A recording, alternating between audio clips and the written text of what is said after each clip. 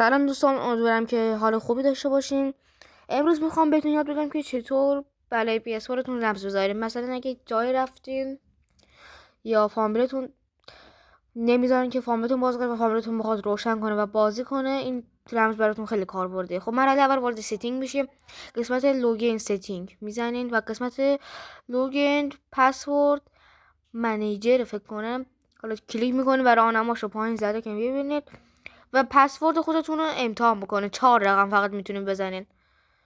و خب الان پسوردتون رو انتخاب کردین، رمزتون رو انتخاب کردین و ذخیره شده.